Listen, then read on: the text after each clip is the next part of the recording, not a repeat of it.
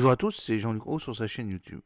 Aujourd'hui, nous allons parler des Houthis qui ont lancé leur première attaque en océan Indien. Ils avaient annoncé une extension de leur zone d'attaque à l'océan Indien il y a quelques semaines et les rebelles Houthis sont passés à l'acte. Dans la nuit du 26 avril, un drone a touché le porte-conteneur MSC Orion alors qu'il se trouvait loin de la mer Rouge, à 300 miles à l'est de la Corne de l'Afrique, et l'équipage est sain et sauf, et le navire d'une longueur de 366 mètres et d'une capacité de 15 000 EVP n'a subi que des dommages légers.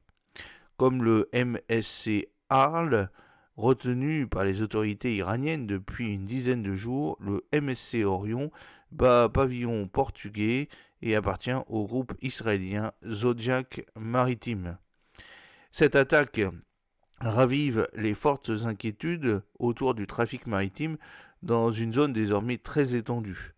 Depuis novembre, les rebelles Houthis ont mené des dizaines d'attaques à l'aide de drones et de missiles en mer Rouge, visant principalement les navires reliés de près ou de loin à Israël, aux États-Unis et au Royaume-Uni. Deux opérations militaires, l'européenne Aspides et l'américo-britannique Prosperity Guardian, sont déployées en mer Rouge et ont déjà intercepté un grand nombre de menaces aériennes visant le trafic de commerce. Par ailleurs, un nombre important d'armateurs, notamment aux conteneurs, évitent la mer Rouge depuis le début de l'année, mais il semblerait que cette précaution ne soit désormais plus suffisante si la capacité de frappe à plus longue distance des Houthis devrait se confirmer. Les attaques en mer Rouge avaient vu une certaine accalmie pendant le début du mois d'avril, peut-être en raison du départ de la zone de Béchad, navire iranien soupçonné d'être le pourvoyeur d'informations des Houthis.